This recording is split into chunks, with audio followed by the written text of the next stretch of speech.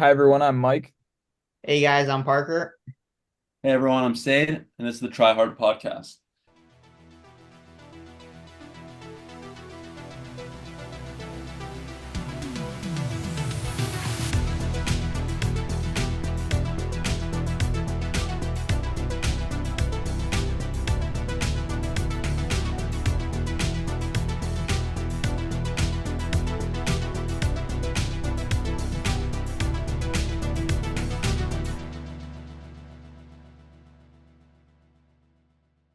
So today on the Try Hard podcast, we're going to be going over Parker and Mike's upcoming trip to Kona. So Parker's going to be racing Kona, and then Mike's going to be training and getting footage for Parker for that week before he heads off. And Parker has his last week and a half-ish left before the race, which is going to be really exciting.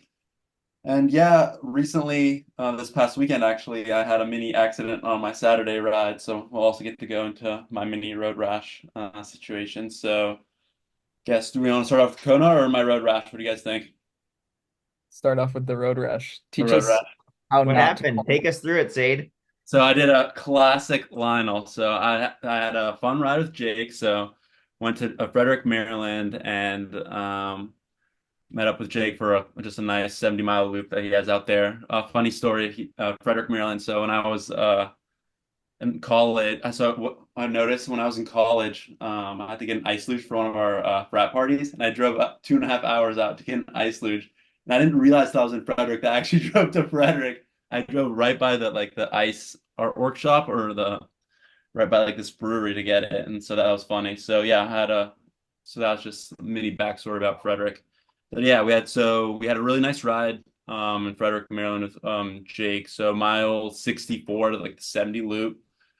It's like 1% rollers going up and down, and it was like super windy and twisty, and it was like you could just carry speed perfectly.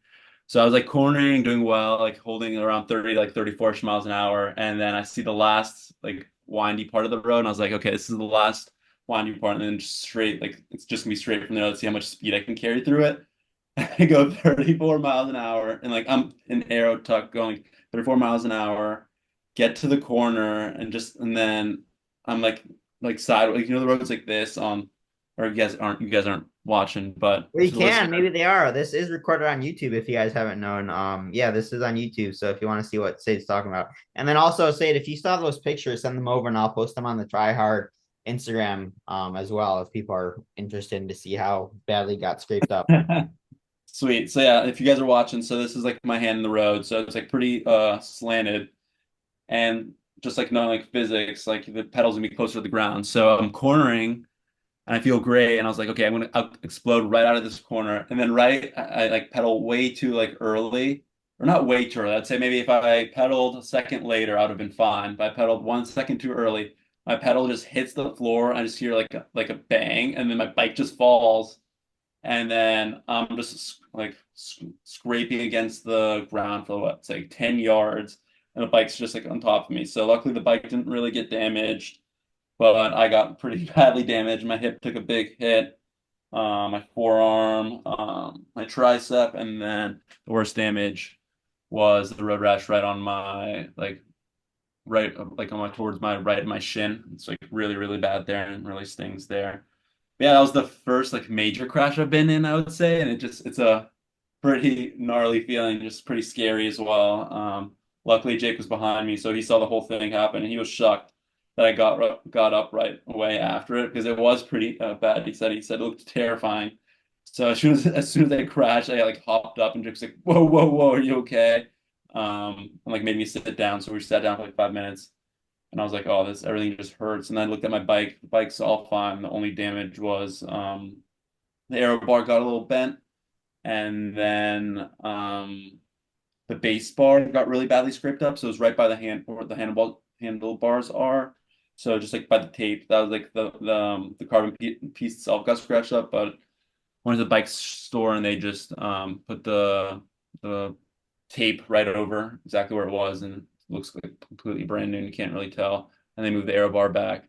And the other issue with the bike was that my power pedal just stopped working after the crash, and I was really worried about that for the last 6 miles. So I was like, oh, I'm gonna have to spend $1,200 on the new Garmin pedals. But Luckily, they were all fine. I think one of the batteries exploded or got damaged in the crash, so they just replaced the batteries, and the power pedals were all good. And also learned that even if the pedals were completely toast, I'd have to pay like only 350 to get them fixed. So that was the highlight of that ride. My like probably my worst crash ever. Hopefully, it doesn't happen again. Yeah, I'm just happy I came away with only some road rash and no bike damage or no like major damage, like no broken bones or head collision or anything.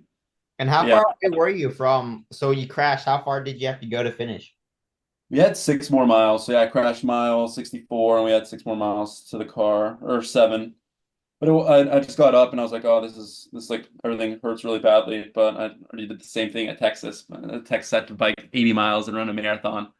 This one was definitely worse, but I was like, okay, I'll just get back. Couldn't go on aero because my just elbow was completely banged up. But yeah, I was just like really mad because I was the ride was like my probably the best ride I've had in like ever outside because the weather I've never like ridden in like 65-degree sunny weather and it was just so beautiful. And the route Jake picked was really fun as well. That Jake was saying the same thing. He said he was feeling so good on the ride, and so Yeah. it's too bad. Mike, do you have any stories of you getting in a crash? I have one that I want to share, but I was gonna see if you had one. Or Uh, besides, didn't you crash right before when I came to visit you, right? yeah, so I wouldn't even call it a crash because when I texted Seid after his crash, he was like, "Oh, did you crash before?" And I was like, "No, I really haven't." The first time I think I ever like tipped over, fell off my bike was like first time trying to ride with like clip-in shoes. I remember tipping over in like in the middle of the road once, but Um, no, that was on the George Washington Bridge where like you're not even really going over 5 miles an hour, and they've got these little like narrow sections, almost like a little tunnel that you go through. And um, Ezra was in front of me, and some girl came like right at us in the wrong direction, and just like I was way too close to his rear wheel, like not paying attention, and just like probably under 2 miles an hour, had to clamp the brakes. There was nowhere to go, so I just tipped over basically. So I didn't even get scraped or hurt anything. Like just that there was like some scraping on my base bar and the through axles, but that was it. So The one story I had was this is a long time ago. I think this was I don't even remember. Back either the end of high school, maybe. Maybe it was during college. I think it was summer my freshman going into my sophomore year of college. And I had an internship in Colorado. I was working at a summer camp in Beaver Creek. It's very popular for skiing and whatnot, ski resort. And I was working as one of they had a summer camp there, and I was one of the camp counselors or whatever. And this was in the morning, and I was, back in the day, I was still very much I liked to exercise a lot. And so I was biking, it was, I don't know, 5:30 or something. I woke up, I was biking to the gym to get my workout in before work. And so I was biking, I don't know, 3 miles to the gym on my little commuter bike. And I'm biking still half asleep. I just woke up and I'm going along the side of the road, and right in front of me there's this road sign, and I look up too late, and then my right handlebar. This is a road bike, so it's not a TT bike. I didn't even know what a TT bike was back then, but I'm on a road bike with flat handlebars. So it wouldn't even be a road bike; it was a commuter bike. And the right handlebar kind of hits. I hit the road bike, or I hit the sign with my right hand, and the sign hits my right hand. I kind of flip over, land kind of like on my shoulder. I had my helmet on, luckily. Definitely a bit scraped up, but I was like, you know what? I only had like a mile or left to go to the gym, so I'm like, I don't feel too bad. I got it back on my bike, made it to the gym. I walk in, check in. I was about to go start my workout. And then all of a sudden, as I'm changing from, my bike clothes to my workout clothes, I just start getting super dizzy. And I just walk out. I guess my face is completely pale because the guy working the front desk. He's like, he has this look on his face like, oh boy, what's this guy up to? And I just said, I don't feel too good. And I just passed out right there. And so then the paramedics came, or they called the 911 or whatever. And long story short, I ended up breaking. I still have the scars You guys can kind of see right here. There's three little. They almost look like shark teeth. Um, but they had to put screws in. I broke some bone in my hand. Only bone I've ever broken, and then I separated or I tore some ligament in my shoulder when I landed on it. But that was yeah, that's the luckily I think only bad bike crash I've ever had. No concussion?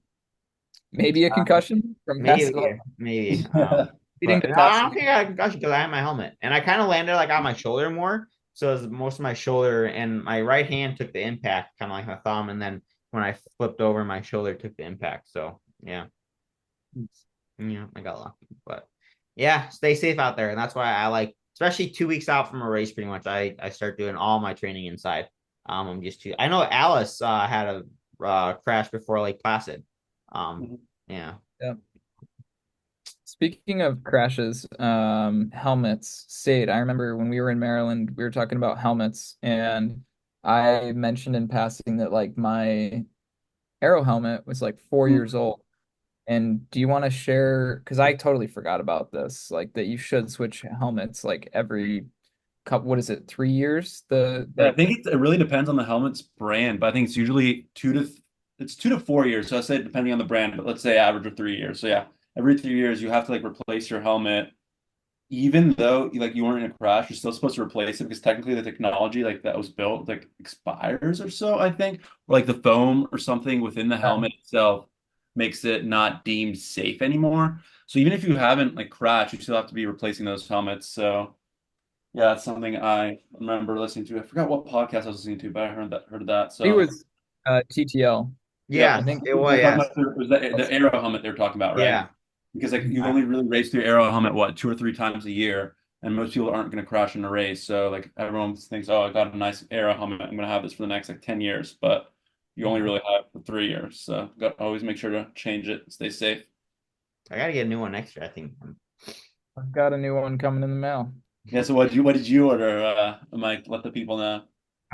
So I ordered a Met drone, which like they're like impossible to find unless you go like on eBay. Like most, like if you look at like most big brands like Cask or Met, I think maybe even Laser, like some of their helmets are really hard to find. Like Decoy, I think you could probably get their Arrow helmet. What was some of the S Works? Like you can't, it's impossible to get it unless you want to do all black, which I would never do an all black helmet just with the heat. But there's a company in Germany called Radsport Ebert, and that's where I got my Aero Cups for the Canyon Speedmax, and they make a lot of like custom parts, and the guy occasionally gets stock of like weird bike things. Like he'll like I remember for a little bit he had the arrow bottle that I have on the down tube of my bike. He like restocked a bunch of those, which they're not that hard to get, but maybe in Germany they are. And then like I saw on his Instagram story, I think it was 2 days ago that he had stocked the Met drone, and I was like, oh my God, I've been trying to get this helmet, and so yeah, it's coming from Germany right now. I'm very excited. So that's a German retailer where you can like just order stuff and they do international shipping. Yeah, yeah, international shipping. So like the shipping is, much more expensive than you would pay in the US, but like not crazy. Usually it comes via DHL. Okay. But yeah, they're pretty good. I mean, the ship times are longer too. Like if you order something, it might not come for like 2 weeks. Especially if it's like a custom made part, like he'll make stuff like ready to order. Uh, but yeah, really, really good retailer over there. You guys want to transition into Kona? So when Parker and Mike, when are you guys going? So we are actually talking about this, what was it, yesterday or 2 days ago? I think I get there like half hour before Mike does, which is pretty cool. So we won't have to wait. But I was actually thinking about this. I think I'm gonna have to get an Uber from the airport, even though you're renting a car, because we're gonna have two bike bag boxes, and then I'm gonna have two pieces of luggage, like, regular size luggage. So we'll see if it all fit. We But can make it work. I worked in a warehouse and packed trucks for months, so I can make it work. If little not, Tetris. I'll just The airport's not that far. It's like 20 to 30 minutes. So I could just drive there and back twice if we have to. Yeah, So we'll see. But yeah, so we get there on Sunday, and then I still don't really know too much what training is going to look like, but I assume just from my own past experience, I usually take a few days to kind of adjust, especially with the heat. So I think, if we get there Sunday, I wouldn't expect us to really do anything like really too big until, maybe Thursday. Lighter sessions, swim maybe a little bit earlier, maybe some Tuesday, Wednesday. Hoping to get into that one pool Lionel's been swimming at. That'd be cool. If we could get there. The that 25, one I think, right? It is That one's 25 minutes. 25 Yeah. meter, and that one might be tough to get into because I think that's like part of. I was looking it up. I think it's like the Monalani Resort or Sports Mhm. Club, which I think the Oh, coach staying there, he might be able to access. But I'll try to find that out. But I mean, like most of the people swim, I think at the Kona Aquatic Center, and like a lot of the pros will be there too. yeah. So, And I'm and hoping then to get open water, what? open water as well. Yes, definitely. We're gonna be, yeah, a lot of. I actually just texted Natasha if asking me. I know the race isn't gonna be wetsuit legal, but I asked if I should bring the wetsuit, just for training before. She said no. So no wetsuit. We're just gonna be. I got the swim skin though. I do have to remember to pack swimsuits. Yeah. So and I just actually ordered a new pair of goggles. I don't have them here, but Rob, one of my athletes, he told me about them. They're actually like they're supposed to really help with anti-fog. They're supposed to be really good anti-fog goggles and they fit well. So I just ordered those. So I'll be testing those out. But I am excited to, yeah, swim in the ocean out there. It's supposed to be super clear from everything I hear. Yeah. Man, lots And of like, how long do you stay? How long are you there for? Again, that's Sunday, and then you leave. When do you leave? So yeah, we both arrive Sunday, October 13th. I leave Saturday night, October, I think is that 18th or 19th? My And I 19th. 19th, yeah, and I don't get home. I was looking at it. I fly out at like 9 o'clock at night. So I go to Seattle. I have like a 50-minute layover like in the middle of the night and then take I think like a red eye back to New York. So like I think I get back to New York maybe like midday on Sunday. So Oh, I'm brutal. gonna be I'm gonna be absolutely wrecked from the heat and the training and then the flight. So I anticipate that I will not be doing anything Sunday when I get home or possibly even Monday. I was looking at my flight. We leave, so the race is Saturday. We stay there Sunday, then we leave Monday. We get home local time, I think 2 a.m. on Monday, just because with the time shift or whatever.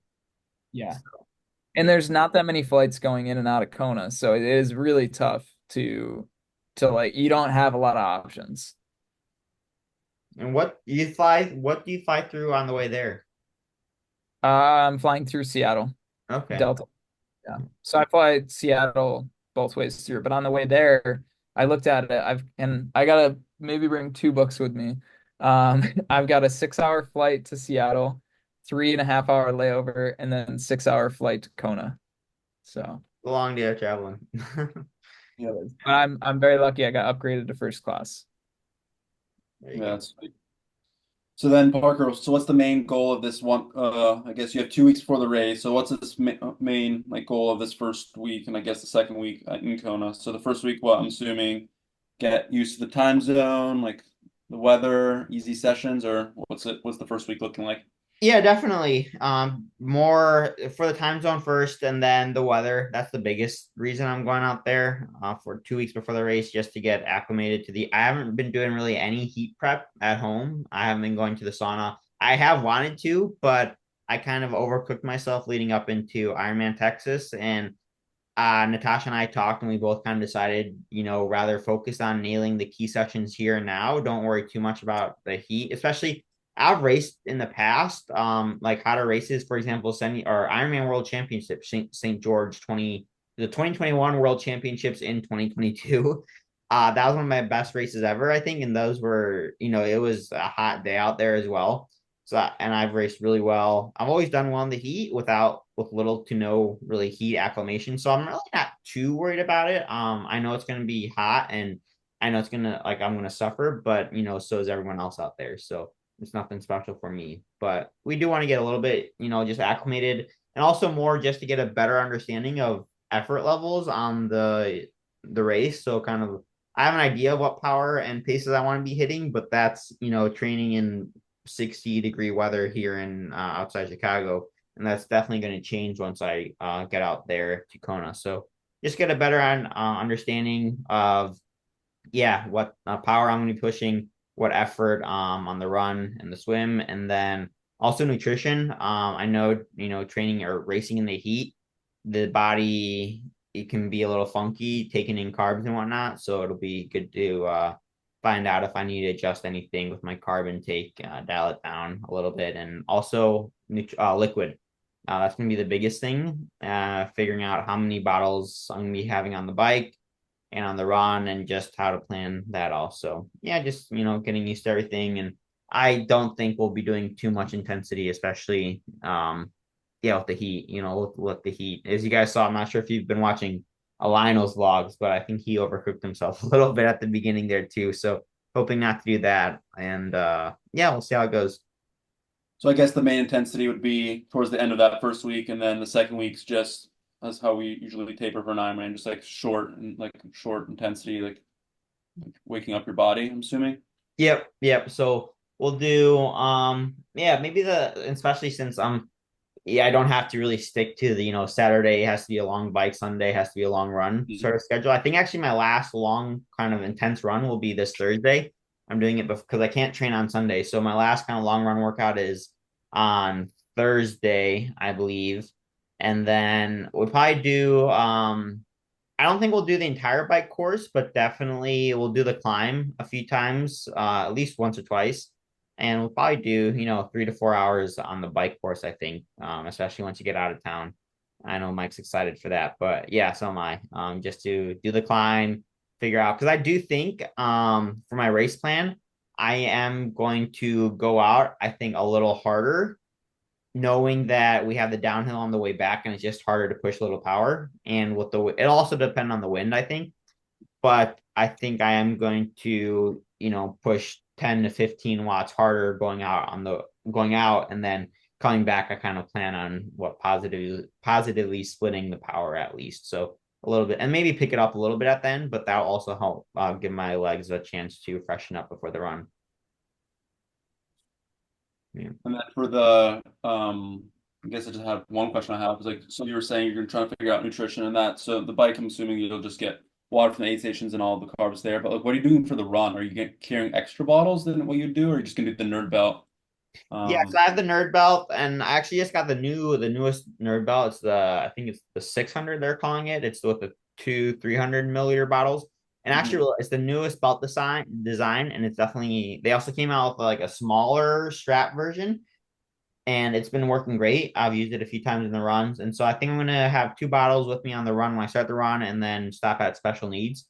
Same thing with the bike. I'm actually gonna talk with Mike more when we get to Kona, but I'm thinking I currently have four places for four full bottles, like regular bottles. I have one in between the aero bars, one in the down tube, and then two on the rear.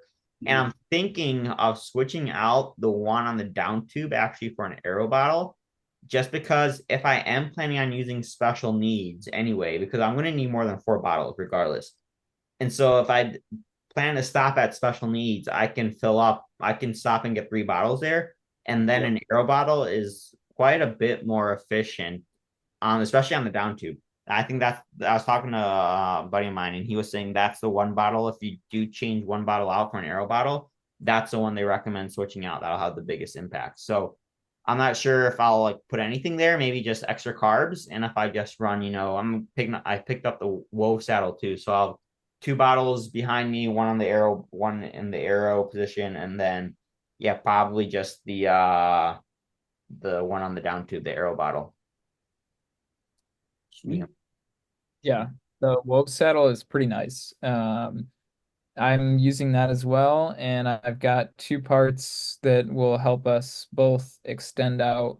Because like with the Wove saddle, you can put one bottle under the saddle, and then one on top. But the problem is the one on top, if you put it on the normal screw holes, it will kind of like hit your butt unless you're like definitely in the arrow position, like then like it questionably might hit your butt. But there's a little piece where we can extend the top bottle back just a smidge and make some more room for us on the saddle. So Yeah, that'll be good. I mean, I'm gonna be there filming Parker most of the time. And then like I'll pretty much try to do the same sessions as him, except for the runs.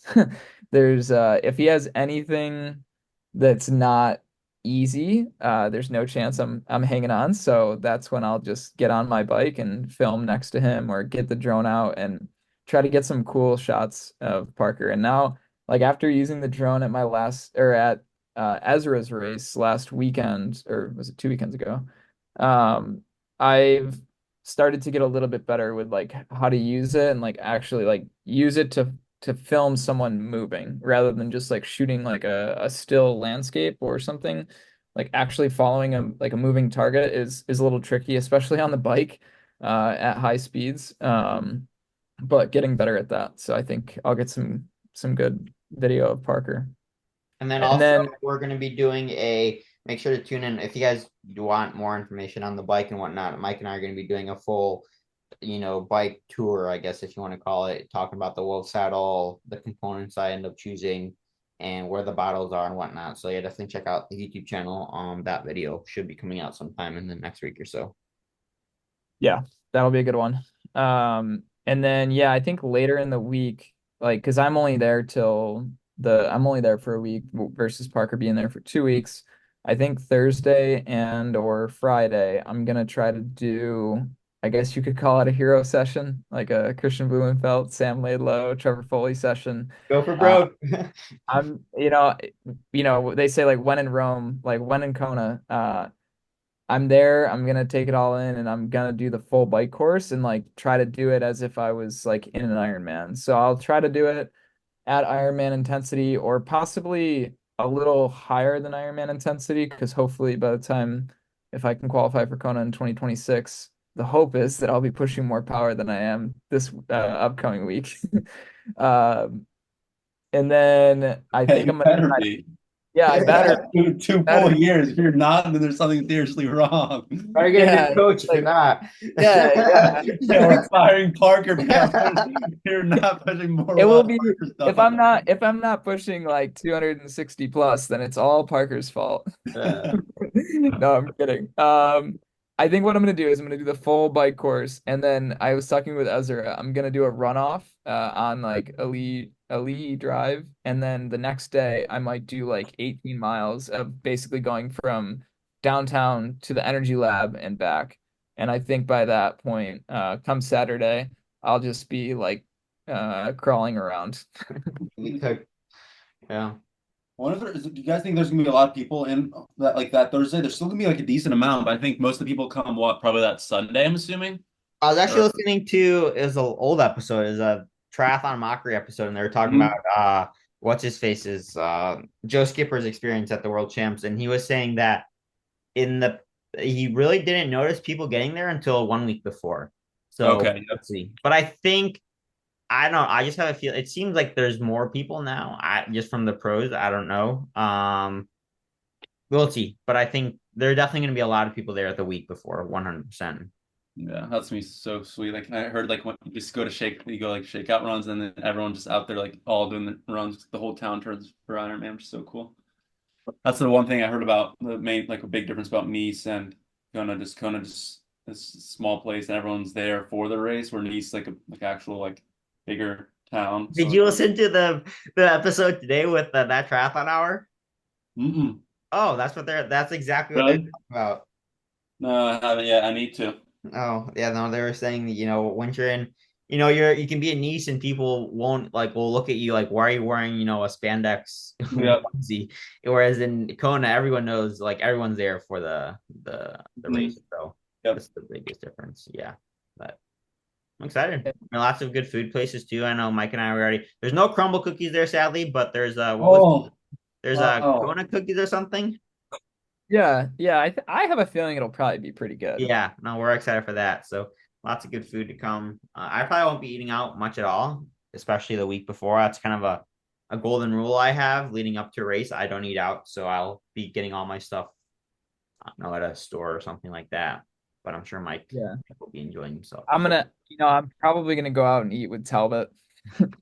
Yeah, Yeah, no, I'm kidding. I'll be cooking with Parker quite a bit. Speaking of influencers, we're gonna be, or not really influencers, but Mike and I have been we reached out to Rudy Von Berg may be able to film some of his sessions. He was looking for a videographer. So Rudy, if you're watching this, let us know if you need help or listening to this. Yeah, If we'll see. anyone is actually listening to this and knows of places to go eat for Mike or myself and my family, let us know. Drop us a DM on Instagram or something. Yeah, we'd love to explore while we're out there. Thanks for listening to this week's episode of the Try Hard podcast. If you enjoyed it, we'd appreciate it if you could share with others and leave us a 5-star rating on Apple Podcasts and Spotify. If you have any questions or comments for us, you can either DM us on Instagram, leave a comment on YouTube, or message us through the Spotify app. Lastly, I'd like to thank the sponsor of this week's episode, the Naperville Acupuncture Center. If you ever find yourself in the Chicagoland area and are dealing with some aches and pains, I cannot recommend Frank and Angela enough.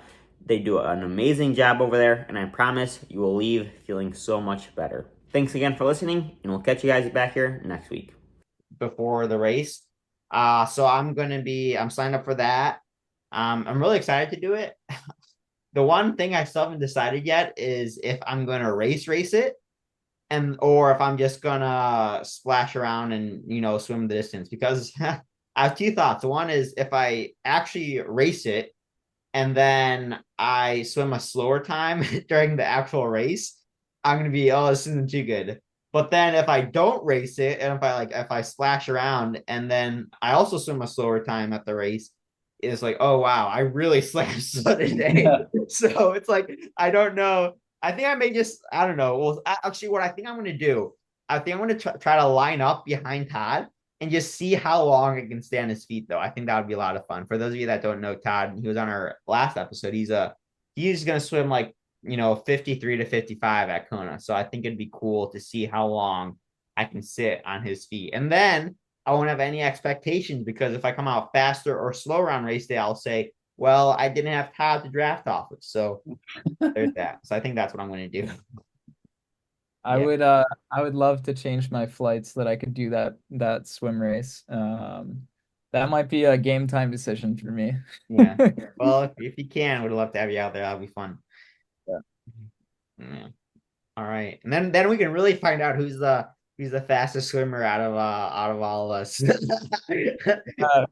Yeah. I might have to go out at threshold for the first 1,000 and see if I can drop you. Yeah. I don't know though. If you swim like you swim today, man, I have no chance. That was dropping some 113 pace for 400s. He was cooking. Yeah, it was like 113.8 or so. So like basically 114 for two of the 400s, and yeah, that was good. And then I think I've got 5 300s coming up on Thursday with Ezra, like a test set. So we're gonna go out the first one around like 119, 120 pace, and then you descend until the last one. And I think the last one I'm gonna try to target like 111, 112 pace. I know Ezra is gonna go faster than that. He's got another gear that I just don't have, but I'm gonna try to keep up. We'll see. If you can break 330 for the last one, Mm-hmm. maybe I'll get you something. All right. That's motivation. Yeah. It's happening now. Yeah. Yeah, we'll see. If I'm at 328, I'm just gonna stand up early. You'll never know. I'll be looking at the splits, and if the last one is a little off, if you go from a 19-second 25 to all of a sudden a 15-second on the last one, I'm like, okay. Yeah. Wait, so yeah, I'm curious what I'd have to split I'll do the math later on what I have to split for every 25 if I evenly paced it, but we'll see. All right. Well, I think that's going to do it for this one. A shorter episode today. Hope you guys enjoyed it. And yeah, the next episode you hear from the tryhards will be from at least two of us live in Kona. So maybe we'll have to get on the Pro Try News then. Maybe if Lionel doesn't like the Pro Try News, he'll come join us instead. So yeah, next we're gonna do one next week, and then we're gonna also do one race week, or what are we thinking? So that the people know. No, sure. Yeah, we'll do one next week, and then we'll do one with Todd, I think, before the race too. After the swim, we'll talk about that. Perfect. Cool. Excited. So yeah, guys, keep tuning in for the next 2 weeks. We've got some more Kona content. I know everyone's doing Kona content, but it's Kona season, so tune in, guys, for some great content. Yeah, and check out Parker's YouTube channel in the next couple weeks. I don't know if you'll put out any videos while we're in Kona, but I'll yeah, do one. I'm planning on doing at least one. I'll do the bike one and then at least the one training one, like a full day of training or something like that. sweet. Yeah, for sure. Although Okay. if you're listening to this and you haven't followed my YouTube channel, then it's usually all the people from YouTube come here, but no, you definitely check that out. All right, hope you guys enjoyed it, and make sure to give this a 5-star rating and review on Apple Podcasts and Spotify, and we'll catch you in the next one. See you guys. Yeah.